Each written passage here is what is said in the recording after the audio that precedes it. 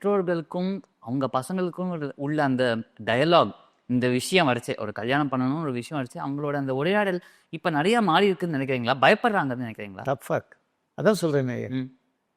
எப்படி அவள்கிட்ட அதை பற்றி பேசுறதுன்னு தெரியலங்கிறான். ம். யார் அவ? உன் மடியில் வளர்ந்த பொண்ணு தானே. அவள்கிட்ட என்ன பேசுறதுக்கு என்ன? நிறைய நிறைய பேர் வந்து சொல்லுவாங்க, அவள்கிட்ட எப்படி இந்த விஷயத்த பேசுறதுன்னு தெரியல அப்படின்னு. அவள் ஒத்துட்டு தானே நீங்கள் வந்து பதிவு பண்ணியிருக்கிறீங்க. அப்படி இருக்கும்போது அவள்கிட்ட பேசுறதுக்கு உங்களுக்கு என்ன தயக்கம்? இல்லை, பயமாக இருக்குது.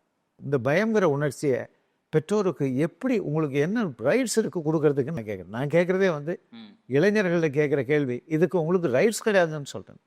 முடிஞ்சால் ஒத்துங்க, இல்லைன்னா பிடிக்கலன்னு சொல்லி விட்டுருங்க. என்ன, உங்களை ஒன்றும் வேற ஒன்றும் முதுகில் எதையும் சுமக்க சொல்லலை. உங்களுக்கு ஒரு இனிமையான வாழ்க்கையே அமைச்சு கொடுத்து அவர் அடுத்த தலைமுறையை உங்கள்கிட்டேருந்து பார்க்கணும்னு எதிர்பார்த்துட்டு இருக்கிறோம். அப்துல் கலாம் ஐயா வந்து பிரசிடென்ட் ஆஃப் இந்தியாவாக இருந்தபோது போய் நாங்கள் எங்கள் ஒரு டீமாக மீட் பண்ணோம். அப்போ அவர் சொன்னார், ஞாபகம் வச்சுங்க, கல்யாண மாலையில் நீங்கள் ஒரு பையனுக்கு பெண்ணையோ பெண்ணுக்கு பையனையோ பிடிச்சி கொடுக்குற வேலை பண்ணல. ஒவ்வொரு குடும்பத்துலேயும் அடுத்த தலைமுறையை ஆரம்பித்து வைக்கக்கூடிய ஒரு நல்ல மகத்தான சேவையை பண்ணிட்டு இருக்கிறீங்கன்னு யார் சொன்னது? அவர் சொன்னார். நான் வெளியில் வரும்போது வருத்தப்பட்டு வந்தேன், அவரை தனியாக பார்த்தோமேன்னு சொல்லிட்டு.